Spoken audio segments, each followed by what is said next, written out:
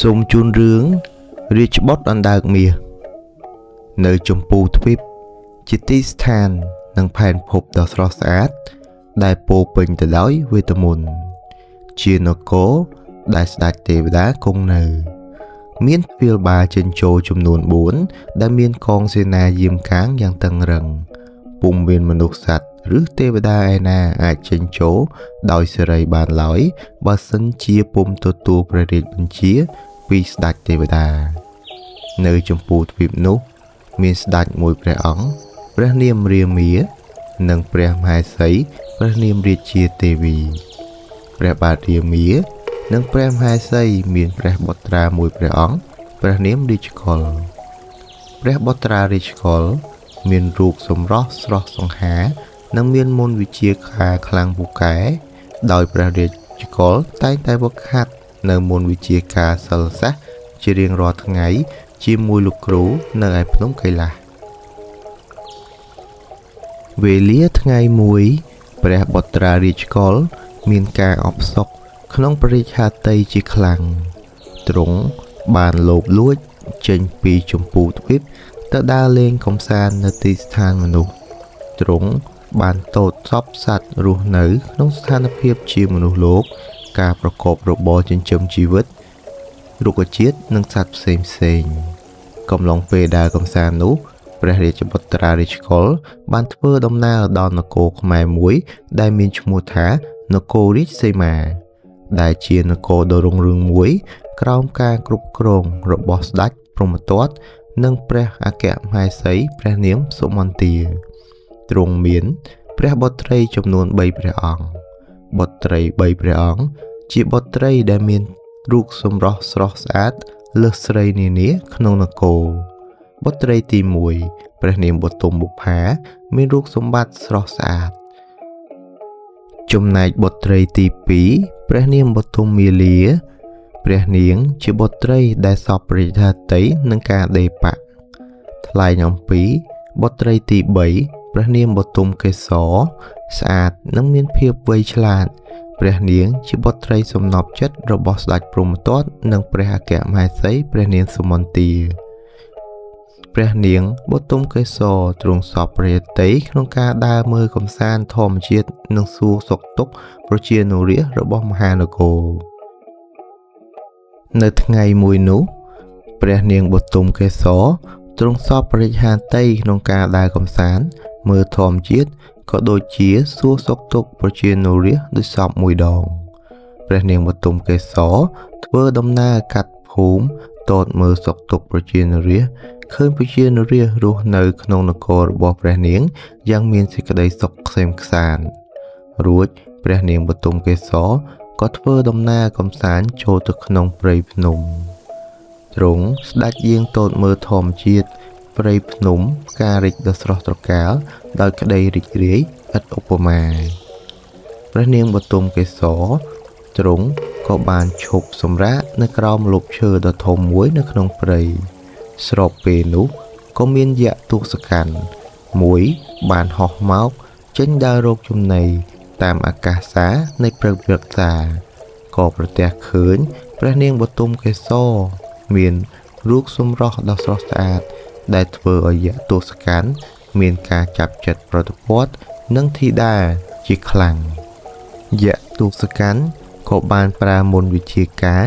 ចាប់យកព្រះនាងបុទុមកេសរហើយពេលនោះព្រះនាងបុទុមកេសរក៏បានស្រែករកជំនួយក៏ប៉ុន្តែពុំមាននរណាម្នាក់ជួយព្រះនាងឡើយថ្លែងអំពីព្រះបុត្រារាជកុលដែលកំពុងធ្វើដំណើរកម្សាន្តក្នុងព្រៃក៏បានឮសំឡេងស្រែករកជំនួយរបស់ព្រះនាងបុទុមកេសរព្រះបុត្រាក៏ទៅជួយព្រះនាងដោយប្រើប្រាស់មន្តវិជ្ជាការនិងយុទ្ធសាស្ត្រដែលបានរៀនពីគ្រូរបស់ទ្រង់ដើម្បីប្រយុទ្ធតតាំងជាមួយនឹងយក្សទសកាន់យ៉ាងខ្លាំងក្លាសុស័ក្តិសុស្រាំអស់រយៈពេល3យប់3ថ្ងៃជាចុងក្រោយព្រះបុត្រារាជកុលក៏ទទួលជ័យជំនះដោយសារយក្សទសកាន់រងរបួសជាទម្ងន់ហើយយក្សទសកាន់ក៏ហោះគេចខ្លួនឡើងទៅលើអាកាសទៅលើនគរយក្សាដើម្បីព្យាបាលរបួសរបស់ខ្លួន បន្ទាប់ពីរួចផុតពីកណ្ដាប់ដៃយក្សទសកាន់ដ៏កំណាតព្រះនាងបទុមកេសរបានធ្វើការថ្លែងអំណរគុណដ៏ជ្រាលជ្រៅចំពោះព្រះរាជបុត្ររាជកុលក្នុងការជួយជីវិតរបស់នាងដោយសារតែភាពក្លាហាននិងរូបសម្បត្តិដ៏ស្រស់សង្ហាជាមួយមន្តវិជ្ជាការដ៏ខ្លាំងពូកែរបស់ព្រះរាជបុត្រាគ្រានោះធ្វើឲ្យព្រះនាងបទុមកេសរទ្រង់រំភើបក្នុងព្រះរាជហត្ថីនិងមានចិត្តប្រតិព័ទ្ធលើព្រះបុត្រារាជកុលជាខ្លាំងតែការគេជាស្រីព្រះនាងមិនហ៊ានបរិយាយអ្វីទាំងអស់ចំណែកឯព្រះបុត្រារាជកុលក៏ហាក់មានចិត្តប្រតិព័ទ្ធទៅលើព្រះនាងបទុមកេសរវិញដូចគ្នាដោយសារតែរូបសម្បត្តិដ៏ស្រស់សោភាជាមួយនឹងកិរិយាសម្បត្តិដ៏សមរម្យផងធ្វើឲ្យព្រះអង្គមានការចាប់ចិត្តជាខ្លាំងតែដោយសារការប្រយុទ្ធជាមួយយក្សទសកាន់ប្រើរយៈពេល3យប់3ថ្ងៃនោះធ្វើឲ្យព្រះបុត្រារាជកុលក៏ដូចជាព្រះនាងបទុមកេសរមានការអស់កម្លាំងជាខ្លាំងរួចក៏បានសម្រាកលង់លក់នៅក្នុងព្រៃទាំងពីរព្រះអង្គនៅក្រោមដើមឈើដ៏ធំមួយសន្សើមផ្កាព្រៃយ៉ាងត្រជាក់ស្រឹប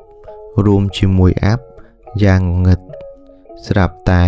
ពន្លឺព្រះអាទិត្យបានបង្ហាញខ្លួន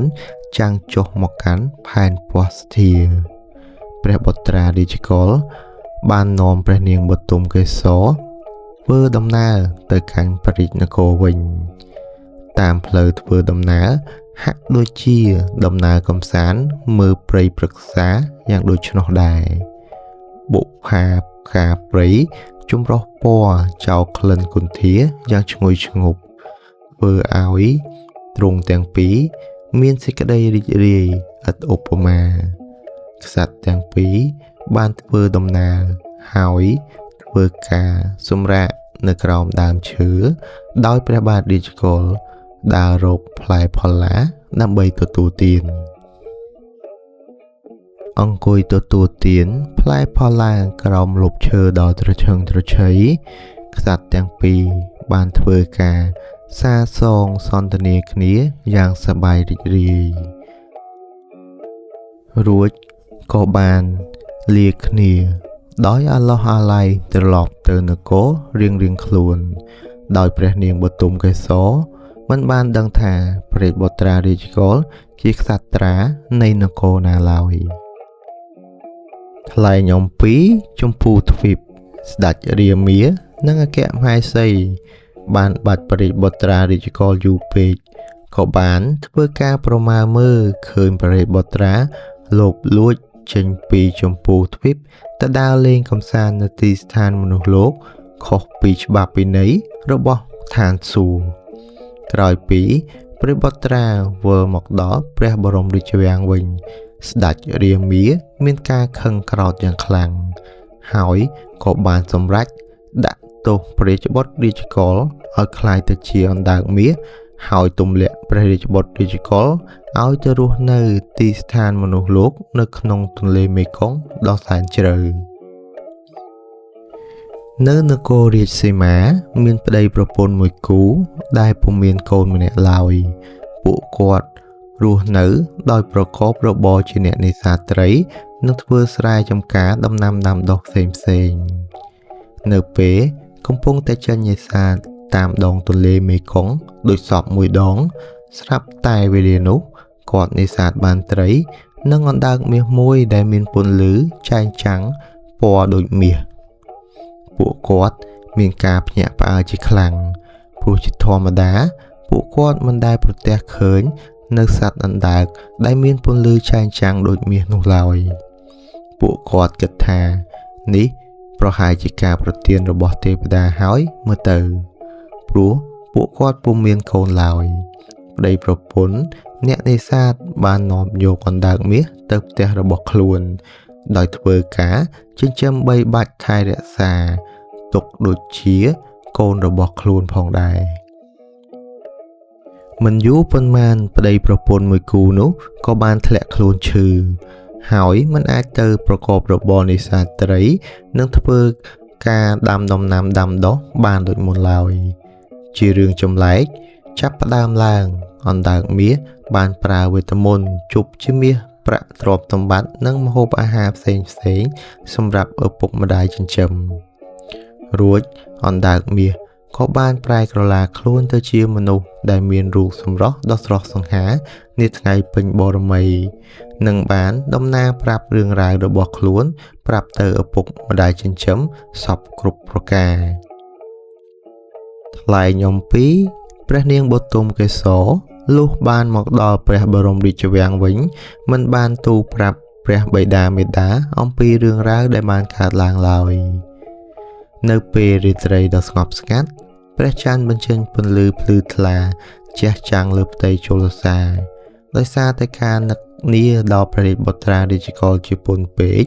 ព្រះនាងបទុមកេសរបានធ្វើការបណ្ដែតប្រទីបបួងសួងផ្ញើជាការនឹករលឹកចង់ជួបរាជបុត្រាកំឡោះជាថ្មីម្ដងទៀតពេលវេលាចេះតែកន្លងផុតទៅដោយរាជបុត្រីទាំង3ព្រះអង្គចម្រើនវ័យដល់ពេលត្រូវរៀបអភិសេកក៏មានមន្ត្រីហោបានទូលទៅកាត់ស្ដេចព្រហ្មទត្តថានគររាជសីមានឹងមានគ្រោះជាមួយនឹងលៀបដើរទន្ទឹមគ្នាព្រះបាទព្រហ្មទត្តបានទទួលបទសន្និសីទដែលមានបុណ្យបារមីសូមព្រះអង្គឆាប់រៀបចំពិធីរើសបុត្រសន្និសីទជាប្រញាប់តាក់ទងទៅនឹងការរើសបុត្រសន្និសីទលោកមហាមន្ត្រីបានផ្ដល់ជាគំនិតទៅស្ដេចព្រហ្មទត្តដោយឲ្យប្រកាសប្រាប់ជាសាធារណៈក្នុងព្រះរាជពិធីរើសបុត្រសន្និសីទនោះមានការចូលរួមពីរាជបុត្រាពីនគរតន្ត្រីមន្ត្រីអ្នកមុខអ្នកការជាពិសេសបានលើទៅដល់តាយាយដែលជារាជសាមញ្ញក៏បានយកអណ្ដើកមាសទៅចូលរួមផងដែរក្នុងពិធីនោះមានមនុស្សចូលរួមជាច្រើនកុះករពេកក្រៃស្រាប់តែបុត្រីទាំង3ព្រះអង្គបានយាងចេញមកដោយបុត្រីទាំង3ត្រូវប្រគល់កម្រងផ្កាទៅឲ្យបុរសណាដែលខ្លួនពេញចិត្តនឹងត្រូវរៀបអភិសេកជាមួយคล้ายទៅជាបុត្រសន្និសីទរបស់ព្រះរាជាដោយសារតែឧបនិស្ស័យជាគូគប់ជាមួយគ្នាព្រះនាងបទុមកេសរស្រាប់តែបួងសួងថាបើសិនជាបុរសណាដែលជាគូក្រុងនឹងខ្លួនមែនសូមឲ្យកម្រងផ្កាធ្លាក់ទៅលើបុរសនោះចុះស្រាប់តែកម្រងផ្កាហោះទៅពាក់ជាប់ជាមួយនឹងកអណ្ដើកមាសក្នុងរូបរាងជាអណ្ដើកព្រះនាងបទុមកេសរហាក់មានភាពតក់ស្លុតឥតឧបមាចំណែកឯព្រះរាជាក៏ពិបាកនឹងទទួលយកព្រោះបានទទួលរាជបុត្រសន្និសីទជាសត្វអណ្ដើកបែបនេះថ្លែងអំពីព្រះនាងបទុមបុប្ផានិងព្រះនាងបទុមមាលាមិនបានប្រគល់កម្រងផ្កាទៅឲ្យរាជបុត្រនៃនគរណាឬក៏រាជណាឡើយដោយទ្រង់ពុំសពរាជហត្ថី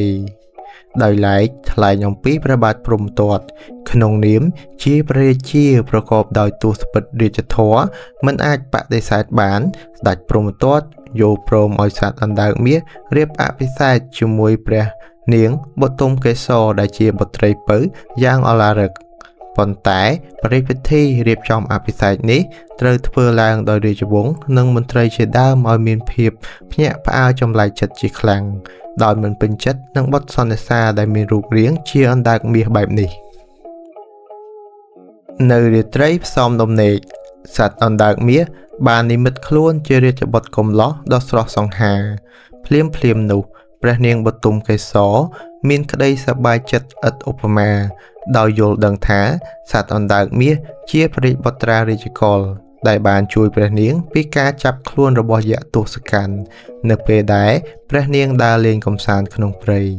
ព្រះបុត្រារាជកុលបានប្រាប់អស់នៅរឿងរ៉ាវដែលបានកើតឡើងចំពោះទ្រង់ហើយព្រះមហេសីបានសន្តាប់យ៉ាងយកចិត្តទុកដាក់បន្ទាប់ពីព្រះបុត្រារាជកុលនិងព្រះនាងរួមរស់គ្នាជាប្តីប្រពន្ធអស់មួយរយៈមន្ត្រីនៅក្នុងព្រះបរមរាជវាំងកើតតាតវ៉ាដល់ព្រះព្រហ្មទត្តឲ្យបណ្ដេញរាជបុត្រអណ្ដើកមាសនិងព្រះនាងបទុមកេសរចេញពីព្រះបរមរាជវាំងដោយ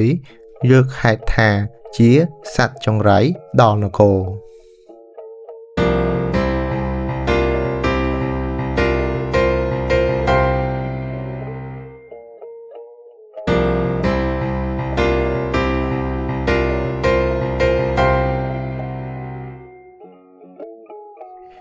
ងាកមកមើលនគរអសុរៈរបស់យៈទសកាន់បន្ទាប់ពីជាសះស្បើយពីរបួសហើយក៏មានចិត្តចង់សងសឹកនឹងព្រះរាជបុត្រារាជកុល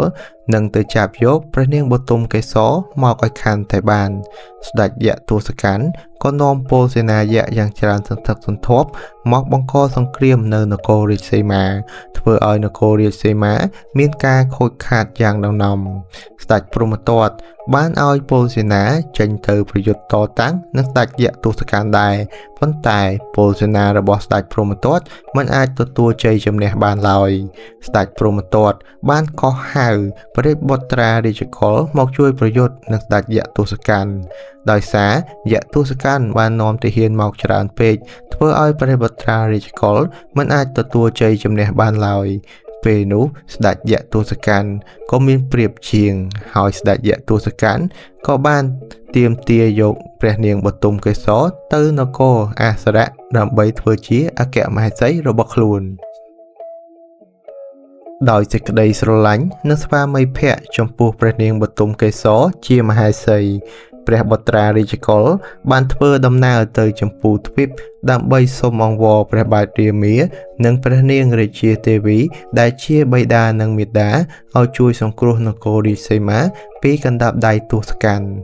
ដោយសេចក្តីស្រឡាញ់និងអាណិតបុត្រពេកព្រះបាទរាមាបានចេញព្រះរាជបញ្ជា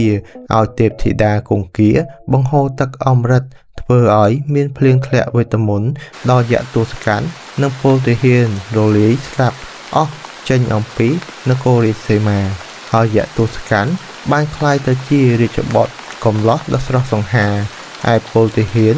យកយៈទសកាន់ក្លាយជាមនុស្សដូចនេះហាក់មានចិត្តសង្ស័យយ៉ាងខ្លាំងទសកាន់បានក្លាយទៅជាមនុស្សវិញដោយសារតែភ្លៀងវេទមន្តបានធ្វើឲ្យបណ្ដាសាលើខ្លួនត្រូវបានរលាយសាបសូន្យកាលពីដើមឡើយទសកាន់ជារាជាដែលមានភាពអង់អាចក្លាហានតែទសកាន់ត្រូវបណ្ដាសាមុនខ្មៅធ្វើឲ្យទសកាន់ក្លាយទៅជាយៈមានចិត្តទោសៈនិងកាចសាហាវជាខ្លាំងទសកាន់ក៏បានចូលគាល់ព្រះបាទព្រហ្មទត្តហើយធ្វើការសូមអភ័យទោសអំពីកំហុសឆ្គងទាំងឡាយដែលកើតឡើងក្នុងនាមជាព្រះរាជាប្រកបដោយទសពិតរាជធម៌ព្រះបាទព្រហ្មទត្តបានលើកលែងទោសដល់ទសកាន់ហើយឲ្យទសកាន់យកសួយសារអកមកថ្វាយជារៀងរាល់ឆ្នាំថែមពីលើនេះទៀតទសកាន់មិនទាន់មានភរិយាឡើយដូច្នេះព្រះបាទព្រហ្មទត្តបានរៀបចំអភិសេកបុត្រីទាំងពីរមានព្រះនាមថាបទុមបុប្ផានិងបទុមមាលាក្លាយទៅជាអគ្គមហេសីរបស់ទសកាន់បន្ទាប់ពីអភិសេករួចទសកាន់បាននាំអគ្គមហេសីទាំងពីរព្រះអង្គទៅសោយរាជសម្បត្តិនៅនគរអសុរៈដែលមានសេចក្តីសុខក្សេមក្សាន្តតរៀងទៅបន្ទាប់ពីព្រះបុត្រារាជកុលទទួលជ័យជំនះពីការប្រយុទ្ធលើយៈទសកាន់ហើយធ្វើឲ្យរាជវង្សានុវង្សអស់លោកមន្ត្រីនិងប្រជានុរាស្ត្រទាំងអស់ទទួលស្គាល់និងសាទរអំពីជ័យជំនះនេះថ្លែងអំពីព្រះបាទព្រហ្មទត្តបានសម្រេចចិត្តប្រគល់រាជសម្បត្តិទៅព្រះរាជបុត្រារាជកុលឡើងសោយរាជសម្បត្តិដោយមានការឲ្យពរសពសាធុការពីព្រះបាទរាមានិងព្រះនាងរាជាទេវីដែលជាស្ដេចទេវតាមកកាន់ដែនដីនគររាជសីមាធ្វើឲ្យព្រះរាជនគរមានសេចក្តីសុខក្សេមក្សាន្តតរៀងទៅ